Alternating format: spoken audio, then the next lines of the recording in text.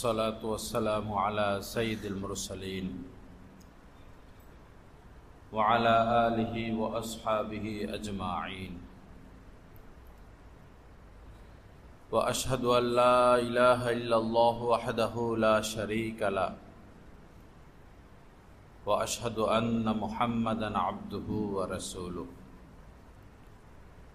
أما بعد قال النبي صلى الله تعالى عليه وسلم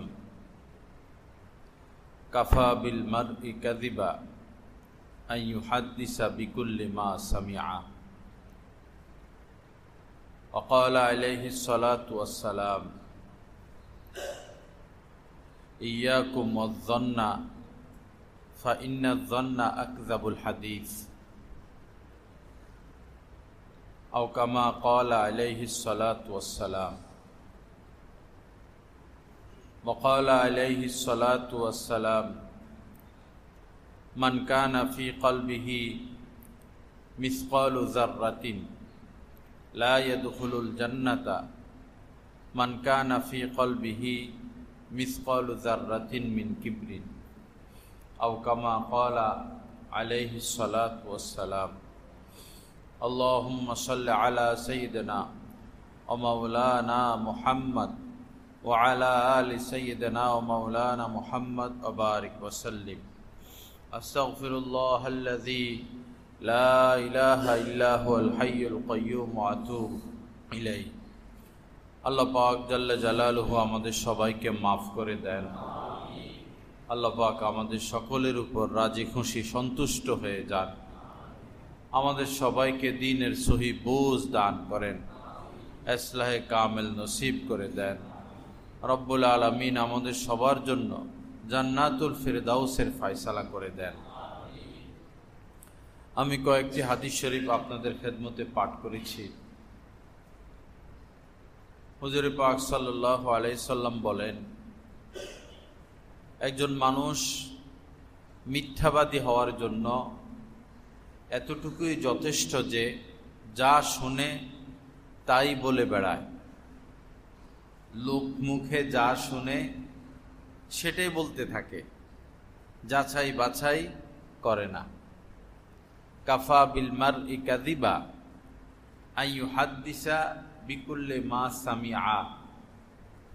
একজন মানুষ মিথ্যাবাদী হওয়ার জন্য এতটুকুই যথেষ্ট। কাফা আন ইউহাদ্দিসা বিকুল্লি মা সামিআ, সে যা শুনে রাস্তাঘাটে অমুকের কাছ থেকে তমুকের কাছ থেকে, ঘরের থেকে বাহিরের থেকে, পত্রিকার মাধ্যমে, সংবাদ মাধ্যমে, যাই সে শুনে আইয়ু হাদ্দিসা, সে সেটাই বলতে থাকে। অমুকে এটা বলেছে, অমুকে এটা করেছে, যাচাই বাছাই করে না, সত্য কি মিথ্যা সেই খবরটুকু নেয় না। তো নবীজি বলেন মিথ্যাবাদী হওয়ার জন্য এতটুকুই যথেষ্ট। তার মানে কি বোঝা গেল?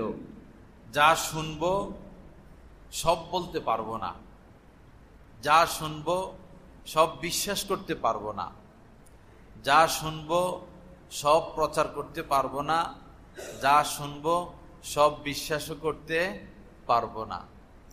বলবো, প্রচার করব ওই জিনিস যেটা প্রচারের মধ্যে কল্যাণ রয়েছে, সফলতা রয়েছে।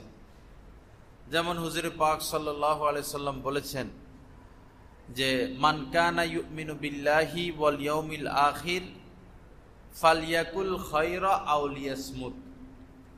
যে আল্লাহকে সৃষ্টিকর্তা হিসাবে মানে এবং আখিরাতকে বিশ্বাস করে, ফালিয়াকুল খায়রা, সে যেন ভালো কথা বলে, সে যেন ভালো কথা বলে। যে কথার মধ্যে কল্যাণ, যে কথার মধ্যে সফলতা, যেই কথার মধ্যে কাহারও ইজ্জত নষ্ট হবে না, সম্মান নষ্ট হবে না, যে কথা শুনলে কেউ কষ্ট পাবে না, বিপদে পড়বে না, ভয় পেয়ে যাবে না, আতঙ্কিত হবে না, নিরাশ হয়ে যাবে না, যে কথা শুনলে কেউ নিরাশ হবে না, ভয় পাবে না, কষ্ট পাবে না, গ্যাঞ্জাম লাগবে না, সংসার ভেঙে যাবে না, অর্থাৎ কোনো অকল্যাণ নাই যে কথায়। নবীজি বলেন, কথা বললে এমন কথা বলবা, কথা বললে এমন কথা বলবা, আও লিয়াসমুত, অথবা চুপ থাকবা, অথবা চুপ থাকবা। আমরা চুপ থাকতে পারি না, আমরা চুপ থাকতে পারি না। চুপ থাকা, চুপ থেকে যে কাজটা করতে হয় সেটা হলো আল্লাহর স্মরণ। চুপ থেকে যেটা করতে হয় আল্লাহর স্মরণ, আল্লাহর সাথে কানেক্টেড হওয়া। যেমন এই ব্লুটুথ, তারপরে বা নেটের সাথে, নেট বন্ধ ছিল এখন ডাটা চালু করলো। চুপ থাকা মানে চুপে চুপে আল্লাহ পাকের সাথে একবারে কানেক্টেড হয়ে যাওয়া, সংযুক্ত হয়ে যাওয়া। তো যেহেতু আল্লাহর স্মরণ বদ্ধমূল না আমাদের অন্তরে, এবং আল্লাহর সাথে গোপন আলাপ আমরা করি না বা ওই পর্যায়ে যাই নাই, এজন্য আমরা বক বক করতে থাকি, এজন্য আমরা বক বক করতে থাকি। আল্লাহ পাক সহি বুঝ দান করেন। তো কি একজন মানুষ মিথ্যাবাদী হওয়ার জন্য এতটুকুই সে যাচাই বাছাই করে না। অনেকে অনেক কথা বলবে, অনেকে অনেক কথা বলবে, কথাটা সত্যও হতে পারে, মিথ্যাও হতে পারে। এক তো হলো সব কথা শোনা যাবে না, সব কথা শোনা যাবে না। গীবত, না আমি কিছুতেই শুনবো না। মিথ্যা, আমি কিছুতেই শুনবো না। অহংকারী কথা, আমি কিছুতেই শুনবো না। অহংকারী লোকের কথা শুনবো না, হিংসুকের কথা শুনবো না, নিন্দুকের কথা শুনবো না, গীবতকারীর কথা শুনবো না, ফাসিক লোকের কথা শুনবো না, যারা ওয়াদা দিয়ে ওয়াদা ভঙ্গ করে তাদের কথা শুনবো না, যারা কথা রাখে না তাদের কথা শুনবো না, যারা আল্লাহ আল্লাহ রাসূলের দুশমন তাদের কথা শুনবো না, যারা ইসলামের দুশমন তাদের কথা শুনবো না, পাপী লোকের কথা শুনবো না। যে কথা শুনলে আমি নিরাশ হয়ে যাব, ইবাদত বন্দিগি থেকে আমি সরে যাব, আল্লাহর থেকে দূরে সরে যাব, সে কথা শুনবো না। কিছু মানুষ এমন রয়েছে যে তাদের সাথে মিশলে, কিছুক্ষণ কথাবার্তা বললে আপনার ঈমান 50% শেষ, আরো কিছুক্ষণ থাকলে ঈমান 60% শেষ। সাধারণ মানুষ তো দূরের কথা, আলেম ওলামাও একই দশা। আমরাও এরকম কোন নাস্তিক টাইপের লোকদের সাথে মিশলে পরে দেখি যে ভালো সমস্যা হয়। আল্লাহ আল্লাহ রাসূল সম্পর্কে তো আর আকীদা কমাইতে পারে না, কিন্তু আমলের মধ্যে কমতি চলে আসে। অশ্লীল লোকের সাথে মিশলে, খারাপ লোকের সাথে মিশলে, পাপী লোকের সাথে মিশলে আমলে কমতি আসে, আপনি টিকতে পারবেন না। এজন্য এই সমস্ত পরিবেশে না যাওয়া, রাজনৈতিক ব্যক্তিদের সাথে না বসা, বেনামাজি লোকদের সাথে না বসা, নাস্তিক লোকদের সাথে না বসা, ফাহেসা, মদখোর, জুয়া খেলে, সুদ থেকে বাঁচার কোনো চিন্তা ভাবনাই নেই, আজীবন সুদই খাবে, তাদের সাথে না মিশা, তাদের সাথে না বসা, তাদের মজলিসে না যাওয়া, তাদের মিটিংয়ে না যাওয়া। আমাদের সমাজে এমপি মন্ত্রীরা কত বক্তব্য দেয়, পরে বাস্তবায়ন কয়টা হয়? তো এদের বক্তব্য কেন শুনবো? এদের কাছে যাব কেন? আহা, মানুষের কষ্ট, মানুষের কষ্ট। গতকালকে ঢাকা গিয়েছি, 7 ঘন্টা লাগছে, ঢাকা যাইতে 7 ঘন্টা। পরে আবার রওনা দিছি, ফজরের একটু আগে আসছে। রাস্তায় রাস্তায় ধুলাবালি, ধুলাবালি আর ধুলাবালি, ধুলাবালি আর ধুলাবালি, আর রাস্তা ভাঙা, আর জ্যাম, আর মানুষের কষ্ট আর কষ্ট, কষ্ট আর কষ্ট। আহা আহা, এ দেশের মানুষের ভাগ্যটা আর পরিবর্তন হইল না, কষ্টটা দূর হইল না। রোগী যারা ডাক্তারের কাছে যাবে তাদের কত কষ্ট, অ্যাম্বুলেন্সের মধ্যে কষ্ট, বাচ্চারা লম্বা সময় বাসের ভিতরে বসে থাকা কত কষ্ট। অথচ যেই পরিমাণ ট্যাক্স উঠে গাড়ির মাধ্যমে, এক একটা রাস্তা 10 ডবল করে দেওয়া সম্ভব, 10 ডবল করা সম্ভব। এটুক দেয় কালা ঢালাইটা পিস, এটুক দেয়, বাজেট তো এটুক না। 1-2 বছর 3 বছরের রাস্তা শেষ। এরপর রাস্তা এত চিপা কেন হবে? রাস্তা এত চিপা কেন হবে? মানুষ কি ট্যাক্স দেয় না? আহা, কে দেশ উন্নয়ন করবে? কে জনগণের কষ্ট দূর করবে? কে জনগণকে নিয়ে ভাববে? লা ইলাহা ইল্লাল্লাহ। আল্লাহ পাক আমাদেরকে সহি বুঝ দান করেন। সব জায়গায় জনগণ প্রতারিত। হাসপাতালে যাবেন, সাধারণ মানুষ প্রতারিত। গাড়ি ঘোড়ায় ট্রেনে উঠবেন, সাধারণ মানুষ প্রতারিত। কিনা বেচা করবেন, সাধারণ মানুষ প্রতারিত। সর্ব জায়গায় সাধারণ মানুষের মাথায় বাড়ি দিয়ে যারা আছে উপরের লেভেলের, তারা সুখী জীবন তালাশ করে। মনে রাখবেন, অন্যকে কষ্ট দিয়ে সুখ তালাশ করে সুখ পাবেন না। মানুষ শারীরিক কষ্ট পাবে আপনাদের অবিচার অত্যাচারের কারণে, কিন্তু আপনারা শারীরিক আরাম পাবেন। এসির ভিতরে থাকবেন, আপনারা রাস্তায় নামলে রাস্তা ক্লিয়ার, কোনো জ্যাম নাই। শারীরিক আরাম পাবেন সত্য, আত্মিক আরাম পাবেন না। আপনাদের অন্তরে আগুন জ্বলতেছে, খোদার গজবের আগুন। কোন রাজা বাদশাকে আমরা সুখী দেখি না, কোন শিল্পপতি যারা সুদখোর সুখী নাই, কোন রাজনৈতিক ব্যক্তি সুখী নাই, অশান্তির আগুনে তারা জ্বলে। কোন পাপী লোক সুখী নাই। যারা অন্যের উপর অত্যাচার করে, জনসাধারণের উপর অত্যাচার করে, শ্রমিকের উপর অত্যাচার করে। গার্মেন্টসের মালিক শ্রমিককে দেয় 10-12 হাজার টাকা বেতন, আর কোটি কোটি টাকা হাতায় নেয়, শান্তি নাই। এদের ভিতরে আগুন চলতেছে, আগুন, অশান্তির আগুন, অশান্তির আগুন। আপনার অধীনস্থ যে শ্রমিকটা, আপনি তাকে যে বেতনটা দেন, সে যদি চলতে না পারে তো একটা কষ্ট তার ভিতরে ঘুরপাক খাইতে থাকে। তার শিশু বাচ্চা আছে, তার স্ত্রী আছে, তার হয়তো বাসা ভাড়া দিতে হয়, তার বাজার, তার মা বাবা রয়েছে, বাচ্চাদের পড়ালেখা রয়েছে। কেন আপনার বিবেক নাই? আপনার পরিবারটা, সংসারটা চলতে কত খরচ হয়, আপনি আপনার সংসারটা চালাইতে কত খরচ হয়। তাহলে আপনার অধীনস্থ লোকটার কি সংসার নাই, পরিবার নাই? তার কি খরচ করতে হয় না? কেন এক ক্ষেত্রে বিবেক খাটাবেন, আরেক ক্ষেত্রে কেন বিবেক খাটাবেন না? একটা বিষয় বুঝবেন, আরেকটা বিষয় কেন বুঝবেন না? মাদ্রাসার যারা শিক্ষক, তাদের কি ঘর সংসার নাই?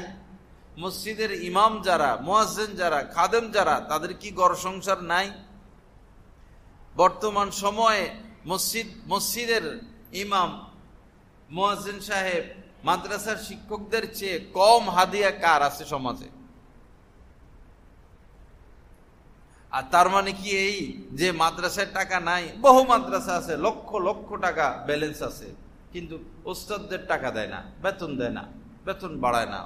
মসজিদের ফান্ডে লক্ষ লক্ষ টাকা আছে, কিন্তু ইমাম খতিবের হাদিয়াটা তারা দেয় না। শুধু জমায় জমায়, উন্নত উন্নত মার্বেল পাথর লাগায়, এসি লাগায়, দামি দামি কার্পেট লাগায়, পানির ফিল্টার লাগায়, ভিআইপি অজুখানা করে, আর ইমামকে হাদিয়া দেয় না। তার বেতন, তার জরুরত, তার সংসারটা চলার মতো তাকে বেতন দেয় না। এরকম অত্যাচারী হয়ে উঠতেছে মসজিদ কমিটির লোকগুলো, বিশ্বব্যাপী এবং দেশব্যাপী। বাইতুল মুকাররমের যে নিচতলা থেকে কত কোটি টাকা ভাড়া উঠে প্রতি মাসে, কত কোটি টাকা উঠে, হিসাব করলে তো মাথায় ধরবে না যে বাইতুল মুকাররম থেকে প্রতি মাসে 10 বছরে কত হাজার কোটি টাকা ভাড়া উঠছে। গেল কই টাকাগুলো? কে খাইলো? কার পেটে গেল? আর ইমামের খতিবের বেতন দেখেন, ইমামের বেতন দেখেন, খাদেমের বেতন দেখেন, একটা ফ্যান ঠিক নাই, একটা জানালা ঠিক নাই। বাইতুল মুকাররমে হাজার হাজার কোটি কোটি টাকা উঠতেছে, একটা বাথরুম নাই, একটা ওযুখানা নাই, এক বসার মতো পরিবেশ নাই। কোথায় যায় সমস্ত টাকা?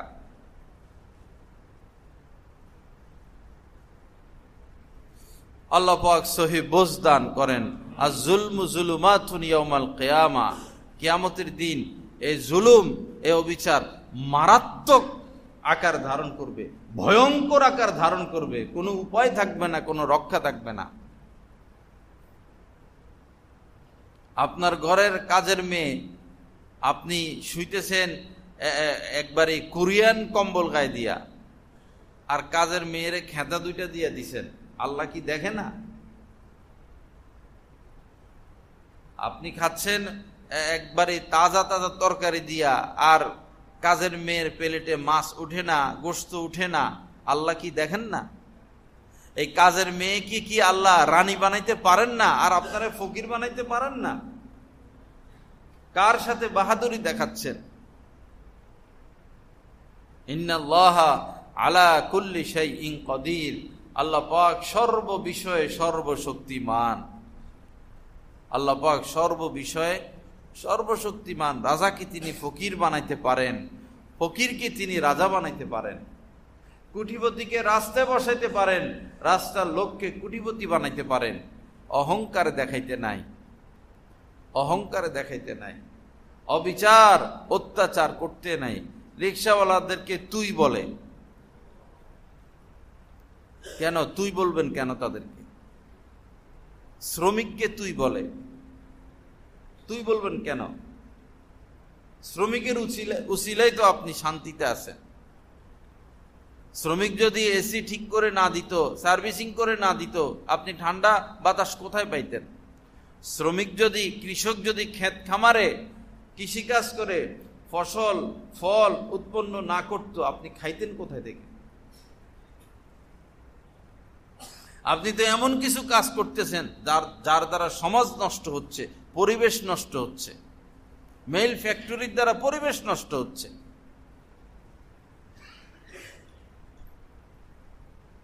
আল্লাহ পাক সহি বুঝ দান করেন। আল্লাহ পাক আমাদেরকে মানুষের মতো মানুষ হওয়ার তৌফিক দান করেন, আমাদেরকে কৃতজ্ঞ বান্দা হওয়ার তৌফিক দান করেন। আপনার দ্বারা আমার দ্বারা যেন কেউ কষ্ট না পায়, কষ্টে পড়ে না থাকে, কাউকে ঝুলাইয়া না রাখা, কাউকে ঝুলাইয়া না রাখা। 1 মাস চাকরি করলো, 1.5 মাস চাকরি করলো, 2 মাস চাকরি করলো, বেতন দিচ্ছেন না, কিছু কিছু দিচ্ছেন, আপনি আপনার 16 আনা বুঝেন, আর ওই গরিব লোকটার 16 আনা বুঝেন না। আপনি তো তাকে ঝুলাইয়া রাখছেন, আপনি তো তাকে ঝুলাইয়া রাখছেন, তার তো সংসার আছে, পরিবার আছে। লা ইলাহা ইল্লাল্লাহ। আল্লাহ পাক আমাদেরকে মাফ করে দেন। আল্লাহ পাক মানুষের মতো মানুষ হওয়ার তৌফিক দান করেন। এজন্য হক্কানি আলেম উলামার সোহবত, না হলে চোখ খুলবে না, কান খুলবে না, অন্তর আত্মা খুলবে না। চোখ খুলবে না, কান খুলবে না, অন্তরের কান খুলবে না, অন্তরের চক্ষু খুলবে না। হক্কানি আলেমদের সোহবত, আল্লাহ ওয়ালাদের সোহবত, শুধু বয়ান যথেষ্ট না, বরং সোহবত যথেষ্ট। বয়ান যথেষ্ট না, বয়ানের চেয়েও সোহবতের দ্বারা কাজ হয় বেশি। সাহাবী হওয়ার জন্য রাসূলের বয়ান শর্ত ছিল না। সাহাবী হওয়ার জন্য কেউ নবীজির বয়ান শর্ত ছিল না, সাহাবী হওয়ার জন্য নবীজির সোহবত শর্ত ছিল। ঈমান সহ নবীজির সোহবত যে 1 মিনিটও পাইছেন, আধা মিনিটও পেয়েছেন, 10 সেকেন্ডও পেয়েছেন, তিনিও সাহাবী। বয়ান শোনা শর্ত ছিল না। আমরা বয়ান শুনি, সোহবতে যাই না, এজন্য পরিবর্তন নাই। লা ইলাহা ইল্লাল্লাহ। আল্লাহ আমাদেরকে সহি বুঝ দান করেন, মানুষের মতো মানুষ হওয়ার তৌফিক দান করেন। তো কাফা বিল মারই কাযিবা আন ইউহাদ্দিসা বিকুল্লি মা সামিআ। একজন মানুষ মিথ্যাবাদী হওয়ার জন্য এতটুকুই যথেষ্ট, সে যা শুনে তা প্রচার করে বেড়ায়, তাই বলে দেয়, যাচাই বাছাই সে করে না। এক মহিলা, সে আগে তো এমন হইতো চাঁদ উঠলে মানুষ চাঁদ দেখত, এটার মধ্যে একটা মজা, নতুন চাঁদ দেখা, ঈদের চাঁদ দেখা, রমজানের চাঁদ দেখা, শবে বরাত ওই সময় চাঁদ দেখা। তো এক মহিলা চাঁদ দেখলো, পরে বলতেছে যে চাঁদের থেকে পায়খানার গন্ধ আসতেছে। আবার এরকম ঘটনা বাংলাদেশে ঘটছিল যে চাঁদে কাকে দেখা যায়, সারা দেশ চুরমার, চাঁদে কাকে দেখা যায়। মানুষ রাত্রে, গভীর রাত্রে ঘুম থেকে উঠে গেছে, যে চাঁদে কাকে দেখা যায়, ভাই চাঁদে কাকে দেখা যাবে? আর যাকে দেখা যায় বলছে সে নিজে বলছে না, এটা এ কথা সত্য না, আমাকে চাঁদে দেখা যাবে কিভাবে? প্রচার উঠেছে যে চাঁদে কাকে দেখা যায়, উনি নিজে অস্বীকার করছেন। উনি ভদ্র মানুষ, আল্লাহ ওনাকে জান্নাতের আলা মাকাম নসিব করেন, ভালো মানুষ, সৎ মানুষ, নির্যাতিত মানুষ, এর উসিলা আল্লাহ ওনাকে মাফ করে দেন। তো গুজব উঠেছে যে চাঁদে দেখা যায়, সব মানুষ ঘুম থেকে জায়গা, পুরা দেশব্যাপী শুধু চাঁদ দেখে, চাঁদ দেখে, তো দেখে তো আর কাউরে পায় না। তো গুজবে কি দিতে নাই, কান দিতে নাই, গুজবে কান দিতে নাই। তো মহিলা বলতেছে যে এই তো যারা এরকম না দেখে এটা প্রচার করছে, প্রথমে শুনছে যে চাঁদে কাউকে দেখা যায়, পরে প্রচার শুরু করে দিছে না দেখে, যাচাই বাছাই না করে। তো তারা তো এই রাসূলের হাদিস মোতাবেক তারা মিথ্যাবাদী হলো। আপনি যাচাই না করে কেন প্রচার করবেন? এক মহিলা বলতেছেন যে চাঁদের থেকে পায়খানার গন্ধ। আরে আরে পুরা মহল্লা এলাকা হয়ে গেছে চাঁদের থেকে পায়খানার গন্ধ। এর কাছে বলে, হে এর কাছে বলে, আরে ভাই তুমি ঘরের বাইরে এসে দেখো না, বাস্তব না অবাস্তব। পুরা এলাকা হয়ে গেছে, আজকে নতুন চাঁদ উদিত হয়েছে আর ওই চাঁদের থেকে পায়খানার গন্ধ, শত শত মানুষ রাস্তায়। পরে তো আর গন্ধ টন্ধ পায় না। পরে কে কে কে কে গুজব উঠেছে, এখন এটা এত ছড়াই গেছে, মূলে পৌঁছা মুশকিল, গোড়ায় পৌঁছা মুশকিল যে প্রথম কথাটা কে উঠাইলো। যাই হোক, পরে সে তো স্বীকার করছে, তার পরিবারের লোক বা বান্ধবীরা তো টের পাইছে। তো তাকে বলল যে কই চাঁদের থেকে গন্ধ কই, আমরা তো গন্ধ পাই না। পরে আসলে বিষয় হলো সে বাচ্চা বাথরুম করছে, পরিষ্কার করতে গিয়ে হাতে গন্ধ ছিল, আর চাঁদ দেখার সময় সে ওই মুখের কাছে, নাকের কাছে হাত নিয়েছিল, তো নাকে গন্ধ লাগছে, এটাই প্রচার করে দিছে। কাফা বিল মারই কাযিবা আন ইউহাদ্দিসা বিকুল্লি মা সামিআ, যা শুনবো তা প্রচার করব না, যাচাই করব। বিশেষ করে দ্বীনের ব্যাপারে, ইসলামের ব্যাপারে, হক্কানি আল্লাহওয়ালা আলেমী দ্বীনদের ব্যাপারে শুনলেই বিশ্বাস করব না ভাই। এক তো শুনবো না, শুনলে যাচাই বাছাই করব সত্য কি মিথ্যা। একটা কথা উঠাইলেই যে সেটা সত্য হয়ে যাবে, ব্যাপারটা এমন না। সমানে অনেক গুজব এরকম চলতে থাকে, অমুক আলেমের ব্যাপারে, অমুক মাওলানা সাহেবের ব্যাপারে, অমুক মুফতি সাহেবের ব্যাপারে মানুষ বসে বসে উপহাস করে, হাসি তামাশা করে, ভুল প্রচার করতে থাকে। এগুলো ঠিক না ভাই। নিজেকে নিয়ে ব্যস্ত থাকি, আল্লাহকে ভয় করি। নিজেকে নিয়ে ব্যস্ত থাকি, আল্লাহকে ভয় করি। আল্লাহ পাক আমাদের সবার প্রতি মেহেরবানি করেন। আল্লাহ রাসূলের মতোই দেখতে বদরের যুদ্ধে তো তিনি সম্ভবত শহীদ হয়েছিলেন বা আহত হয়েছিলেন। পরে গুজব উঠে গেছে যে নবীজি আর দুনিয়াতে নাই, নবীজি আর দুনিয়াতে নাই। তখন সাহাবাদের মধ্যে এটা প্রচার হয়ে গিয়েছিল। তো কোন সাহাবী যে নবীজি দুনিয়াতে নাই, তো বেঁচে থেকে আর লাভ কি? যুদ্ধ করতে করতে একদম কাফেরের ভিতরে চলে গেছেন, নিজেকে শেষ করে দিছেন। ভিন্ন এক পরিস্থিতি ওই সময় হয়ে গিয়েছিল যুদ্ধের ময়দানে, যে নবীজি শহীদ হয়ে গেছেন আর বেঁচে থেকে লাভ কি? ও যুদ্ধের ময়দানে তো খবর নেওয়া মুশকিল, দুলাবালি উঠতেছে, অনেক ক্ষতি হয়ে গিয়েছিল। অথচ ব্যাপারটা সত্য না, গুজব। কাফেররা গুজব উঠাই দিছিল। সেই শুরুর জামানা থেকে ইহুদিরা, কাফেররা এরকম গুজব উঠানোর ব্যাপারে এক নম্বর। ইরাক যে ঘুষে যে ইরাক হামলা করেছিল, সাদ্দাম হোসেনের জামানায় ইরাক দখল করেছিল, আসলে ইরাক দখল হয় নাই। আমরা যে খবর পেয়েছি, ইরাক দখল হওয়ার 21 দিন আগে, ইরাক দখল হওয়ার 21 দিন আগে বিশ্বের সমস্ত মানুষ জানে ইরাক দখল হয়ে গেছে। কারণ নেট তো তাদের হাতে, সংবাদ মাধ্যম তাদের হাতে, সব তাদের, ফেসবুক, গুগল, এগুলো সব তাদের। তারা যেটা চাইবে সেটাই হবে। এক দুইটা যেটা আছে মুসলমানদের, এদেরকে ধমকায় বসায় রাখে। কি করব? পরে সকল মানুষ জানে ইরাক দখল, ইরাকের সৈনিকরাও জানে ইরাক দখল, সাদ্দাম হোসেনও জানে ইরাক দখল। এখন সৈনিক যারা লড়বে তাদেরই তো মন ভাঙে গেছে যে দখল হয়ে গেছে, আর কি যুদ্ধ করে কি করব? অস্ত্র রেখে রেখে পলাইছে, সমানে অস্ত্র রেখে রেখে সব পলাইতেছে, সাধারণ পোশাক পরে পরে পলাইতেছে। আর তাকে পরে সাদ্দাম হোসেনও আত্মগোপনে চলে গেছেন, অথচ বিষয়টা ছিল সম্পূর্ণ গুজব। ওই গুজব দিয়েই কাম সারাই ফেলছে, না হলে এত সহজে ইরাক দখল সম্ভব ছিল না। আর গাদ্দার যুগ যুগ ধরে সেই মীর জাফরের মতো লোক ছিল মুসলমানদের ভিতরে।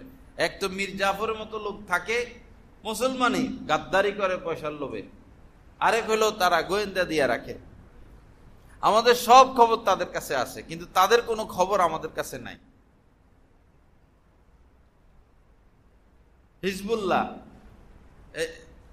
তারা যে ওয়্যারলেস ব্যবহার করতো, পরস্পর যোগাযোগের মাধ্যম, দেখেন সব খবর ইসরায়েলের কাছে চলে যায়। 24 ঘন্টা যত কথা বলে, যত আলোচনা করে, এদের এই খবর নাই। আবার ওই যন্ত্রের ভিতরে তারা বিস্ফোরক দিয়ে রাখছে। কোথায় আছে তারা আর আমরা কোথায় আছি? পরে একটা সুইচ টিপ দিল আর হিজবুল্লাহর শত শত মুজাহিদ শেষ, কেউ আহত, কেউ নিহত, কেউ শহীদ, কেউ অঙ্গহানি। তাদের হাতে এই যে ওয়্যারলেস যেটা ব্যবহার করত, এটা থেকে বিস্ফোরণ হলো। আমরা যে মোবাইল ব্যবহার করি, এটার মধ্যে তারা যন্ত্র দিয়ে রাখছে। কাতারে যে হামাস নেতাদের উপর হামলা, মোবাইল ট্যাগ করে যে তারা এই জায়গায় উপস্থিত আছে, ঠিক সুনির্দিষ্ট জায়গায় হামলা করছে। কিন্তু যেটা আমরা খবর পাইছি, বেচারারা নামাজ পড়তে গেছে মোবাইল রেখে, যার কারণে বেঁচে গেল।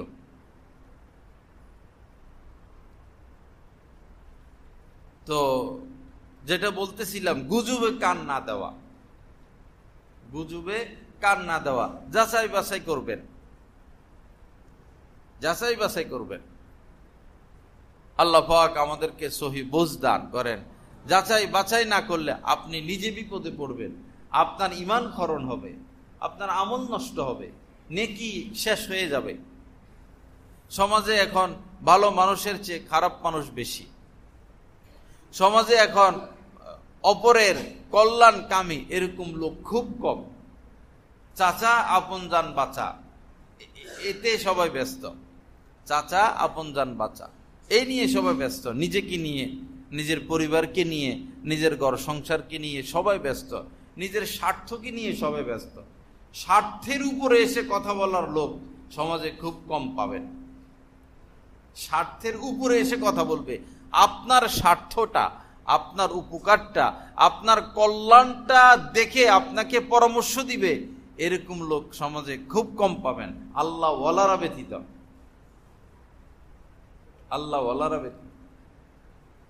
আপনি যদি পরামর্শ চান যে এই পরিস্থিতিতে কোন দল করতাম, তো যে দলে আছে সে সেই দলের কথা বলবে, ফজিলত বলবে। কিন্তু আপনাকে সঠিক পরামর্শটা কে দিবে, যেটা আপনার উপকার? লা ইলাহা ইল্লাল্লাহ। আল্লাহ পাক আমাদের সবাইকে মাফ করে দেন, সহি বুঝ দান করেন। আল্লাহ পাক আমাদেরকে ইসলাহে কামেল নসিব করে দেন। তো যা শুনবো তা বলবো না, বলার আগে, বিশ্বাস করার আগে যাচাই বাছাই করব। বলার আগে, বিশ্বাস করার আগে সত্য কি না বিষয়টা যাচাই বাছাই করব। যাচাই বাছাই করার সুযোগ তো আছে।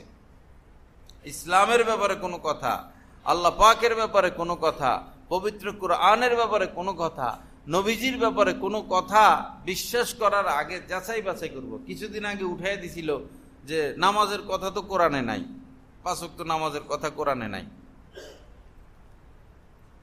পরে এটা পুরো সমাজ হয়ে গেছিল। এক এক সময় এক এক ফিতনা আসে, কিয়ামত পর্যন্ত এভাবে ফিতনা আসতেই থাকবে। দানা, মালা, যে মালা বানায় মানুষ, মালার যে দানা, মালার রশি ছিঁড়ে গেলে একটা দানা পড়ে যায়, ফের আরেকটা দানা পড়ে, ফের আরেকটা দানা পড়ে। কিয়ামত পর্যন্ত এরকম একটা ফিতনার পর আরেকটা ফিতনা আসবে, আর ফিতনা মুক্ত হবে না। কারণ ফিতনার তালা ছিলেন হযরত ওমর, ফিতনার তালা ছিলেন হযরত ওমর। যে গাছের নিচে সাহাবায়ে কিরাম নবীজির হাতে বায়াত হয়েছিলেন হুদায়বিয়াতে, সম্ভবত মক্কা প্রবেশের 10 কিলো আগে, একটা গাছের নিচে নবীজি বসেছিলেন। পরবর্তীতে মানুষ গিয়া ওই গাছ খোঁজে, ও আল্লাহ রাসূল এই গাছের নিচে বসছিলেন, গাছটা খোঁজাখুঁজি করে, স্থান খোঁজাখুঁজি করে। হযরত ওমর রাদিয়াল্লাহু তাআলা গাছ সহ উঠে ফেলছেন, কোন নিশানায় রাখেন নাই।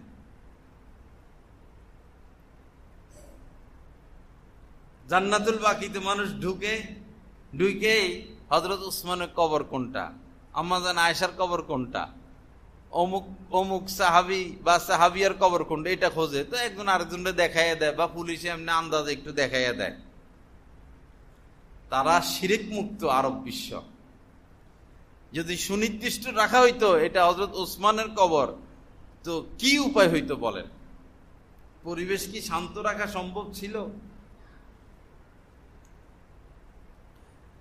তো ফিতনার তালা ছিলেন হযরত ওমর।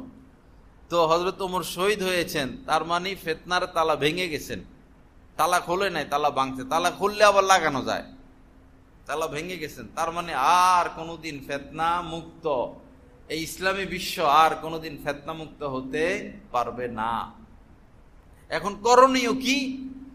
এই ফিতনা থেকে বাঁচার জন্য একজন আল্লাহ ওয়ালার সোহবত, একজনের প্রতি আস্থা বিশ্বাস রাখা, একজনকে সামনে রাখা, একজন কেন্দ্রিক সামনে আগানো। আগে ওই লোককে যাচাই করতে হবে, যার ভক্ত হবেন তাকে আগে যাচাই করতে হবে।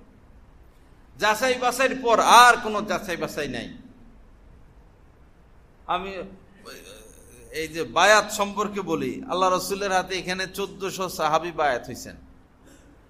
তখন আল্লাহ পাক আয়াত নাজিল করছেন যে ইয়াদুল্লাহি ফাওকা আইদিহিম, সাহাবায়ে কিরাম তো আপনার হাতে বায়াত হয়েছেন, সবার হাতের উপরে আমার হাত। ইয়াদুল্লাহি, আল্লাহর হাত, ফাওকা আইদিহিম, এই সকল সাহাবাদের হাতের উপরে আমার হাত। হাত বলতে আল্লাহ পাকের হাত বলতে আল্লাহ পাকের সাহায্য, আল্লাহ পাকের মদদ, আল্লাহ পাকের রহমত, আল্লাহ পাকের করুণা। তার মানে যারা সুন্নত তরিকায় কোন আল্লাহ ওয়ালার হাতে বায়াত হবে, তাদের জিন্দেগির উপরে বরকত নেমে আসবে, তাদের সকল কাজে কর্মের উপর বরকত নেমে আসবে। খুলিয়ারচর এক মসজিদে আমার ইসলামী বয়ান, পরে তারাও দিনদার, যে কোনো একটা দিনই কাজের সাথে সম্পৃক্ত।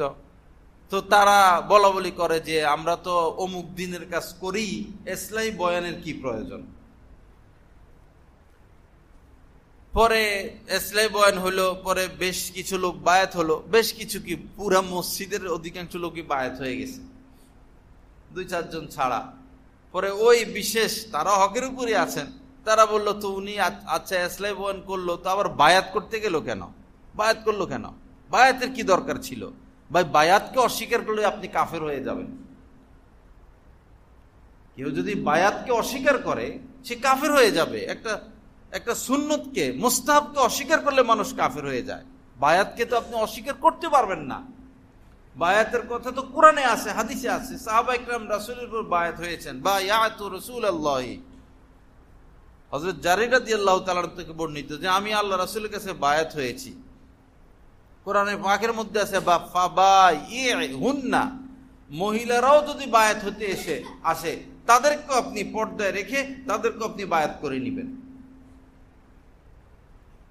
বায়াতকে অস্বীকার করলে কাফের হয়ে যাবেন আপনি বায়াত হচ্ছেন না, সেটা আপনার ব্যাপার।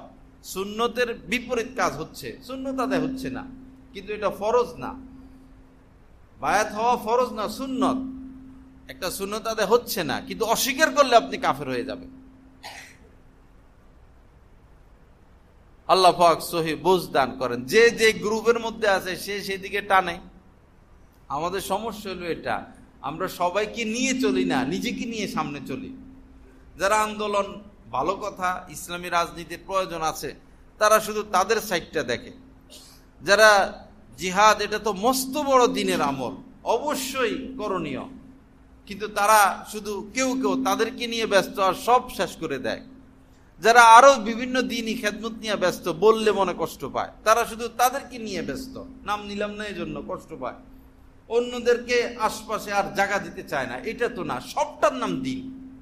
জিহাদ এটা দিন, মাদ্রাসা যেটা হচ্ছে তালিম সেটাও দিন, হ্যাঁ, পীর মাশায়েখরা যে কাজ করেন ইসলাহ তাজকিয়া সেটাও দিন, দাওয়াতের যে মেহনত সেটাও দিন, জিহাদের যে মেহনত সেটাও দিন, ইসলামী রাজনীতি সেটাও দিন, সবটার নাম দিন। সবটা নিয়ে একজন মানুষ, শুধু চোখ নিয়ে একজন মানুষ না, শুধু হাত নিয়ে একজন মানুষ না, শুধু কান নিয়ে একজন মানুষ না, শুধু অন্তরাত্মা নিয়ে একজন মানুষ না।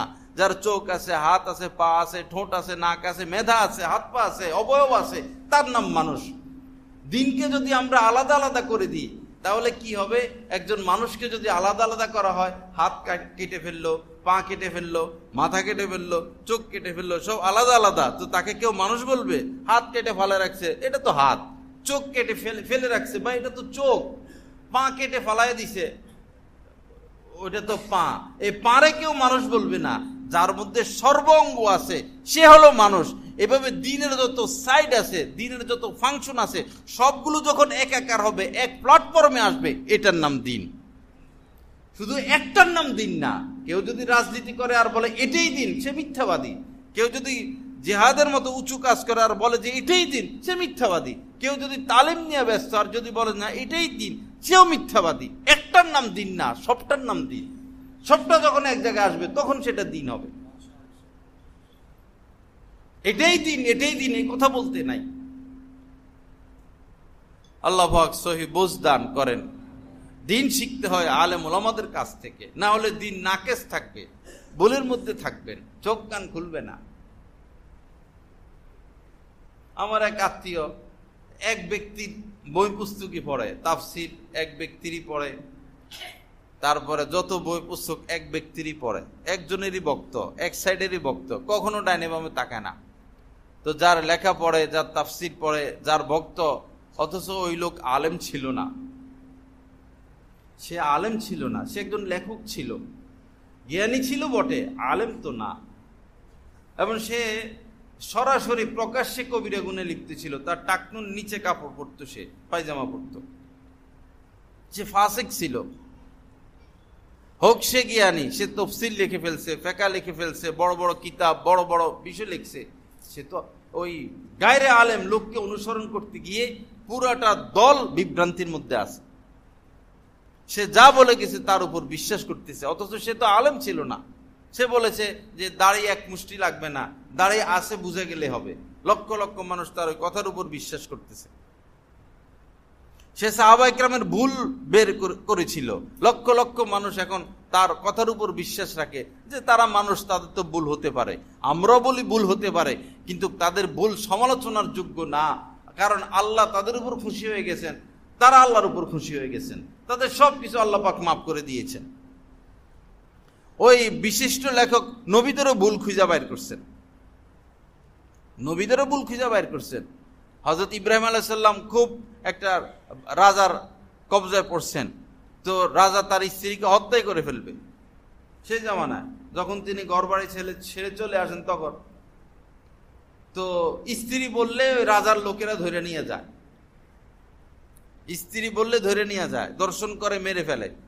বোন বললে আর ধরে নিয়ে যায় না। এক এক রাজার এক এক নিয়ম।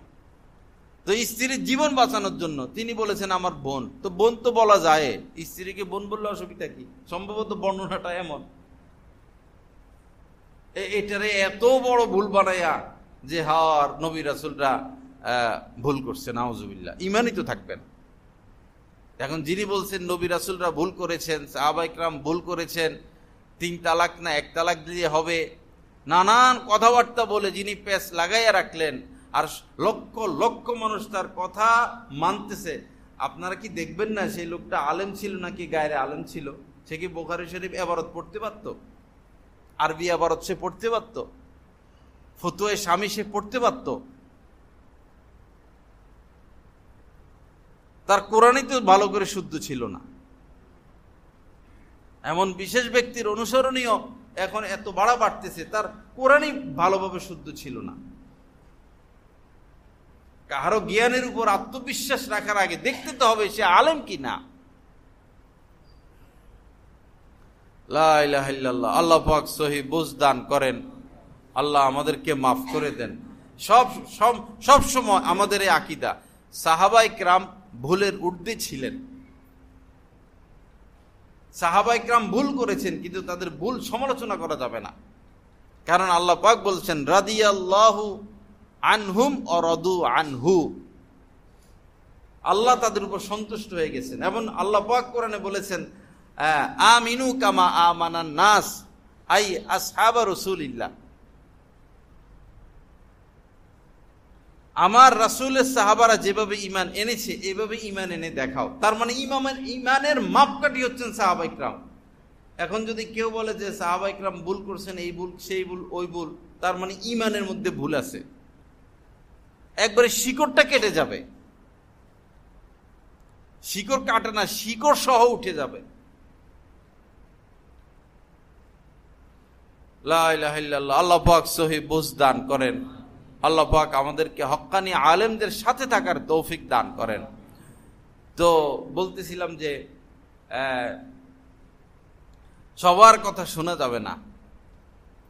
এই ফিতনার জামানা, এই ফিতনার জামানায় দ্বীনের উপর উঠার জন্য দেখুন বহু মানুষ এমন আছে দাওরা হাদিস পড়ছে আমাদের এই মাদ্রাসাগুলোতেই, টাইটেল পাস মাওলানা, মুফতি সাহেব, দেখা গেল মুরতাদ হয়ে গেছে, মুরতাদ ডাইরেক্ট।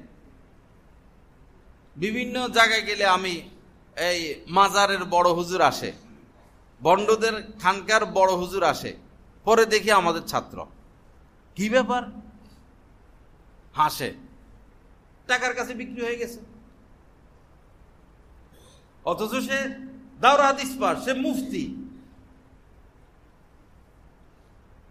এক জাইয়্যিদ মুফতি ছিল, খুব ভালো মুফতি,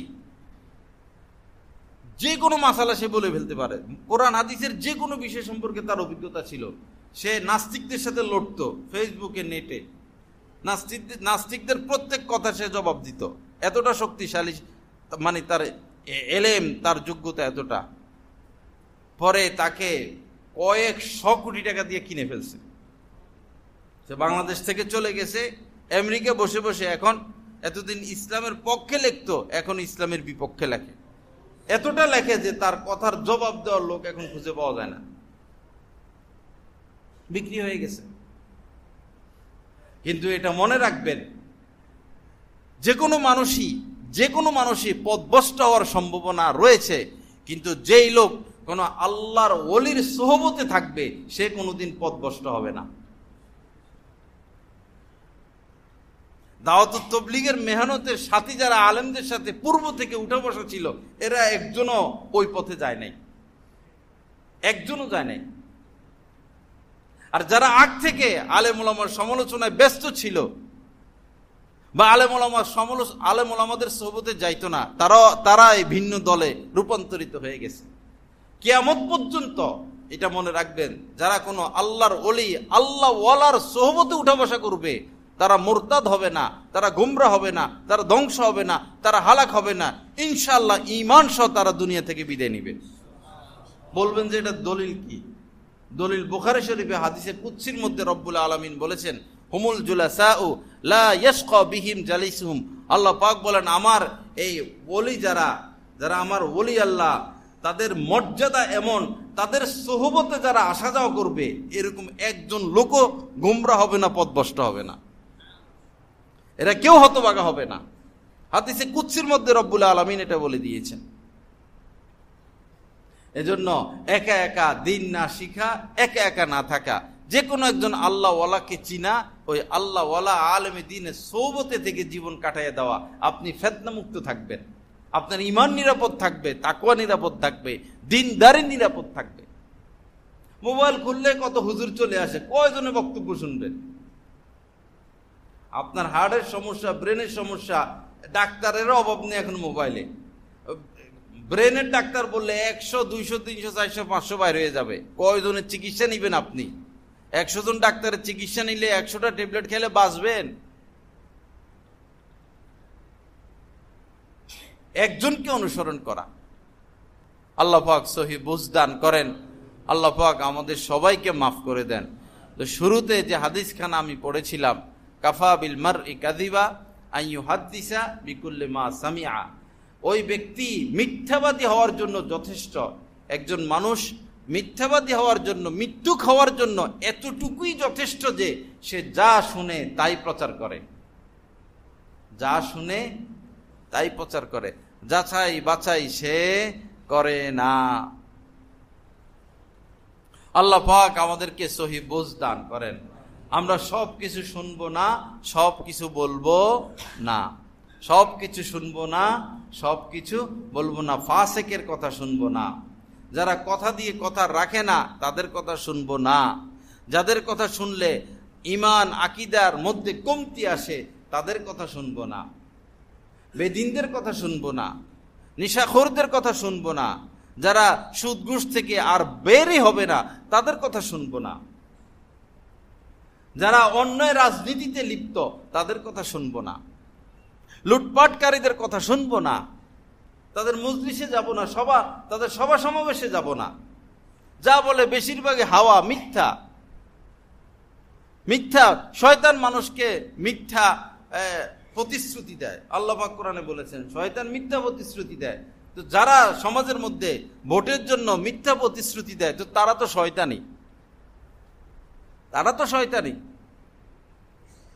সেই তরকারি দোকানে এসেও মুসাফা করে, হ্যান্ডশুক করে, জুতার মুচির সাথে এসে হ্যান্ডশুক করে, মুসাফা করে, দোয়া চায়।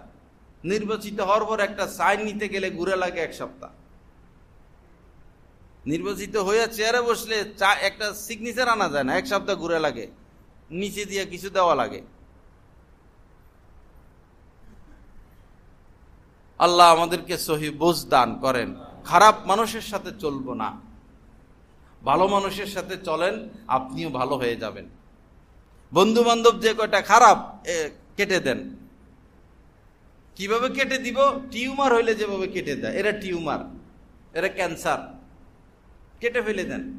আঙ্গুলের সমস্যা, অনেক চিকিৎসা ভালো হয় নাই, পরে ডাক্তাররা বলে কেটে ফেলে দেন, আঙ্গুল কেটে ফেলাই দেয়। পরে দেখা যায় সমস্যা আরো রয়ে গেছে, পরে হাতের কবজি পর্যন্ত কেটে ফেলে দেয়। পরে দেখা যায় পচা আরো বেশি, সমস্যা আরো বেশি, তখন এই গিরানি বলে গিরা পর্যন্ত কেটে ফেলে দেয়। পরে বলে যে সমস্যা আরো বেশি, পুরো বাহু সহ ফালাইয়া দেয়। নিজের জীবনটা বাঁচানোর জন্য নিজের প্রিয় আঙ্গুলটা কেটে ফেলে দিল, হাতের কবজা পর্যন্ত ফেলে দিল, কনুই পর্যন্ত ফেলে দিল, বাহুটা ফেলে দিল, একটু বাঁচার জন্য। ভাই, আপনার দাম বেশি না ইমানের দাম বেশি? বেঁচে থেকে কি করবেন? বাঁচবো তো ইমানের সাথে বাঁচবো, তাকওয়ার সাথে বাঁচবো, খোদা ভীতির সাথে বাঁচবো। তো নিজের শরীরটা, জীবনটা বাঁচানোর জন্য যদি হাত আপনি কেটে ফেলে দিতে পারেন, আপনার ঈমান, আপনার তাকওয়া, তোহারাত বাঁচানোর জন্য কি খারাপ বন্ধু বান্ধবকে কেটে ফেলে দিতে পারেন না? সে তো খারাপের দিকে টানে। ধূমপান করে, ধূমপান তো কেউ মায়ের গর্ভ থেকে শিখে আসে না, বন্ধুর কাছ থেকে শিখে। নেশা করে, কেউ মায়ের গর্ভ থেকে নেশা শিখে আসে না, বন্ধুর কাছ থেকে শিখে। সন্ত্রাসী, ডাকাতি বন্ধুর কাছ থেকে শিখে। মিথ্যা কথা বলা বন্ধুর কাছ থেকে শিখে। সিনেমা দেখা বন্ধুর কাছ থেকে শিখে। মোবাইল চালানো, এটা এক বন্ধু আরেক বন্ধুকে শিখিয়ে দেয়। যত অশ্লীলতা, যত পাপ, যত খারাপ, সবকিছু মানুষ বন্ধুর কাছ থেকে শিখে। আবার ভালোটাও বন্ধুর কাছ থেকেই শিখে, ভালোটাও বন্ধুর কাছ থেকে শিখে। মানুষ সাধারণত জিনিসগুলো শিখে, আমাদের ছেলে মেয়ে, পরিবার, আমরা যে বড় হচ্ছি, আমরা বিভিন্ন জিনিস শিখি এই নায়ক নায়িকা, নাটক যারা করে তাদের কাছ থেকে, সিনেমার কাছ থেকে। সারাদিনই নাটক চলে বাসা বাড়িতে, পারিবারিক নাটকগুলো, বাংলাদেশের নাটক মানুষ দেখে, বিশ্বের মানুষও দেখে। আমাদের পরিবার, সমাজ, মন মানসিকতা গড়ে উঠতেছে নাটক থেকে, টেলিভিশন থেকে। আর নাটকগুলো ধর্মকেন্দ্রিক তৈরি হয় না। হিন্দুদের নাটক ধর্মকেন্দ্রিক তৈরি হয়, খ্রিস্টানদের নাটক ধর্মকেন্দ্রিক তৈরি হয়, সরকার তৈরি করে। খ্রিস্টান ধর্ম সরকার টিকিয়ে রাখছে, হিন্দু ধর্ম তারা টিকিয়ে রাখছে, খ্রিস্টান ধর্ম খ্রিস্টানরা সরকারিভাবে টিকিয়ে রাখছে। আর আমাদের মুসলমানরা ইসলাম ধর্মের রাজা বাদশারা ইসলাম ধর্মের মাটির নিচে ঢুকাইয়া ওদেরটা অনুসরণ নিয়ে ব্যস্ত থাকে। আমাদের 1-2 রাষ্ট্র ব্যতীত কোনো রাষ্ট্রপ্রধানই ইসলামকে জিন্দা করতে চায় না, ইসলামকে প্রচার করতে চায় না। বাংলাদেশের মধ্যে 90-95% সব শিক্ষার্থী মুসলমান, অথচ সিলেবাসে এখন ইসলাম নাই। সব বাদ দিয়ে দিছি সিলেবাস থেকে ইসলাম সম্পর্কে। যার কারণে বড় বড় ডিগ্রি নেয় আর চুরি নিয়ে ব্যস্ত, বড় বড় ডিগ্রি নেয় আর চুরি নিয়ে ব্যস্ত। বড় বড় ডাক্তার হয়, শিক্ষার্থী হয়, আর বিদেশ চলে যায়। এরা তো দেশের সাথে গাদ্দারি করলো। যারা এই দেশে ডাক্তার হলো, এই দেশে ইঞ্জিনিয়ার হলো, এই দেশের আলো বাতাস ব্যবহার করে, এই দেশের সরকারি টাকা ব্যবহার করে, এই দেশে শিক্ষিত হয়ে তার সেবাটা বিদেশকে দেয়, এরা এই দেশের সাথে গাদ্দারি করতেছে। এদের হাত পা বাঁধা উচিত, এদেরকে গুলি করা উচিত। তোরা এই দেশে শিক্ষা গ্রহণ করে তোরা বিদেশকে আলোকিত করবি, তোরা তো গাদ্দার, তোরা বেঈমান, তোরা রাষ্ট্রের সাথে গাদ্দারি করতেছিস। সব বড় ডাক্তার বিদেশ চলে যাচ্ছে, সব মেধাগুলো বিদেশ চলে যাচ্ছে। এটা নিয়ে কাহারও কোনো ফিকির নাই, চেষ্টা নাই, চিন্তা ভাবনা নাই। আর বেচারারা থাইকাও কি করবে? সব চুরি আর ডাকাতি, দুর্নীতি, লুটপাট, থাইকাও বা কি করবো? এক তো থাকে না, আর না থাকারও কারণ আছে। সব মেধা চলে যাচ্ছে বিদেশে, কোন স্টুডেন্ট ভালো ছেলে ফেলে দেশে থাকতেছে না। থেকে কি করবে? এদেশে চাকরি পাইতে হইলে দল করতে হয়। যে সময় যে দল ক্ষমতায় তারা চাকরি পায়। MBBS পাস লাগে না, এমনি কম্পিউটার থেকে সার্টিফিকেট বাইর হয়ে যায়। দল করলে চাকরি, দল নাই, যত ভালো রেজাল্ট করুক তার চাকরি নেই। বরং এমনও কোন সরকার দেখে তারে BCS ক্যাডার দিবে, বড় পদ দিবে, তার পরিবার, সে তো দল করে নাই, তার পরিবারের মধ্যে কেউ ওই দল করছে কিনা সেই খবরও নেয়। তার আত্মীয় স্বজন কেউ তার সরকারি বিরোধী দল ওই দলটা করছে কিনা সেই খবর নেয়। এরপরে তারা চাকরি দেয়, এরপরে তাকে প্রমোশন দেয়। এত নগ্ন চিন্তা ভাবনা এই দেশের রাষ্ট্রপ্রধানদের, এত নিচু চিন্তা ভাবনা তাদের।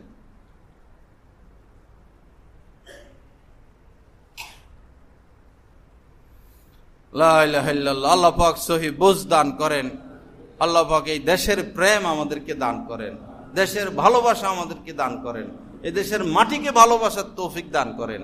এই দেশের ইঞ্চি ইঞ্চি বালু, এক একটা বালু কণাকে আল্লাহ পাক মহব্বত করার তৌফিক দান করেন। বাবা, দেশকে ভালোবাসেন, দেশের মানুষকে ভালোবাসেন। এই দেশের সম্পদ কেমনে টিকানো যাবে সে চিন্তা করেন। দেশের উন্নতি কিভাবে করা যাবে সে চিন্তা করেন। সরকারি এক একটা ভবন, মন্ত্রী পাড়া, এমপিদের ঘর বাড়ি, সরকারি ভবন টবন, কি কত কোটি টাকা খরচ হইতেছে। এই ভবনের দ্বারা তো সমাজ টিকে নাই, সমাজ টিকে আছে গাছগুলোর দ্বারা। রাস্তার মধ্যখানে যে গাছগুলো দেখেন শুকাইয়া, আহা, আল্লাহ বৃষ্টি দিলে একটু পানি পায়, আর কোনো পানি নেই। বিল্ডিং এর দ্বারা তো সমাজ স্বচ্ছ থাকতেছে না, গাছগুলোর দ্বারা সমাজ স্বচ্ছ থাকতেছে। গাছের প্রতি অত্যাচার, অবিচার। এই বৈরবের দিকে যাইতে যে রাস্তা হয়েছে, গাছ লাগাইছে মাশাআল্লাহ। আমি ওই শাহী মসজিদে বসে গাছের বয়ান দিতাম, কাজ হয়েছে আলহামদুলিল্লাহ। কিন্তু এই যে মাটিগুলো ফেলছে, এই মাটিগুলো ভালো মাটি এনে রাখেন, আমি দেখছি। এই রাস্তাঘাট থেকে ময়লা ঝয়লা এনে কোন রকম ঢুকেছে। এখানে ভালো ফ্রেশ মাটি দেওয়া দরকার ছিল।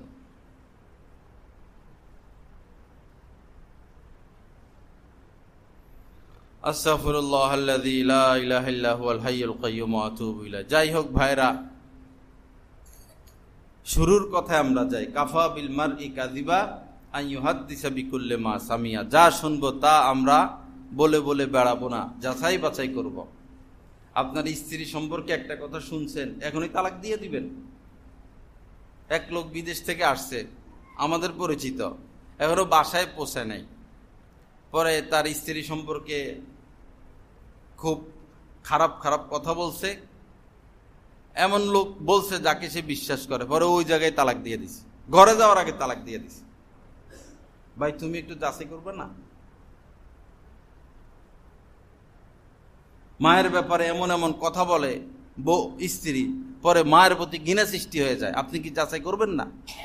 অথবা মা এমন এমন কথা বলে স্ত্রীর ব্যাপারে, পরে স্ত্রীকে মারধর শুরু করে, আপনি কি যাচাই বাছাই করবেন না? এই জন্য আলেমের ব্যাপারে সমাজে বহু মানুষ বহু কথা বলে। যিনি ইমাম, যিনি খতিব, তিনি কত কথাই তো বলতে হয়, তার কথার মধ্যে তো কিছু এদিক সেদিক থাকবে, সে মানুষ তো, কেউ তো বলে উঠবে না। ভালোটা নিয়ে আলোচনা না, খারাপটা নিয়ে বসে বসে বসে বসে আলোচনা করুক। যারা নিকৃষ্ট তারা এগুলো করবেই, কিন্তু আমরা যারা ভদ্র আমরা কেন বিশ্বাস করতে যাব? মনে রাখবেন, নবী রাসূলদের দুশমন ছিল, সমালোচ ছিল। এমন কোন নবী রাসূল দুনিয়াতে আসেন নাই, অর্থাৎ যত নবী রাসূলই এসেছেন সকলকে উপহাস করছে। সকল নবী রাসূলকে কেউ না কেউ উপহাস করেছিল। সকল নবী রাসূলের শত্রু ছিল, সকল নবী রাসূলের সমালোচ ছিল, নিন্দুক ছিল, হিংসুক ছিল। কিন্তু তারা সব সমাজের নিকৃষ্ট মানুষ, এটা কোরআনে আসছে।